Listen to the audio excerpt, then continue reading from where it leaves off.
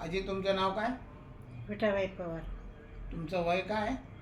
87. तुमचं शिक्षण काय झालं आहे? 5वी झालं. तुम्हाला वाचनाची आवड आहे का? हो, आवड आहे. काय वाचता तुम्ही? हरिपाठ वाचते.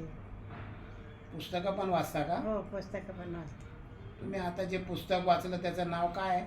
त्याचं एक भाकर 3 सुने. पूर्ण वाचलं तुम्ही? हो, पूर्ण वाचलं. किती दिवसात वाचलं?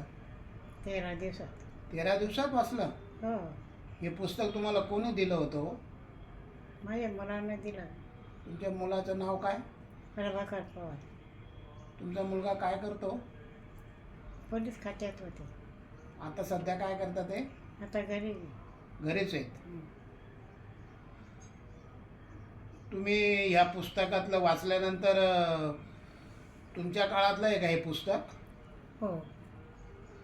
त्या काळामध्ये बायांवर अत्याचार व्हायचे का? हो. तुम्ही पण त्या काळात काय काम करायच्या? बळात्पण केले. अजून अजून शेती वगैरे करायच्या का तुम्ही? शेती करायची. शेती पण करायच्या? हो, शेतीचं काम करायची. त्या काळात तुमच्यावर पण अत्याचार झालेत का? हो. काय अत्याचार झालेत? मारहाण करायचे का तुम्हाला? मारहाण करायची.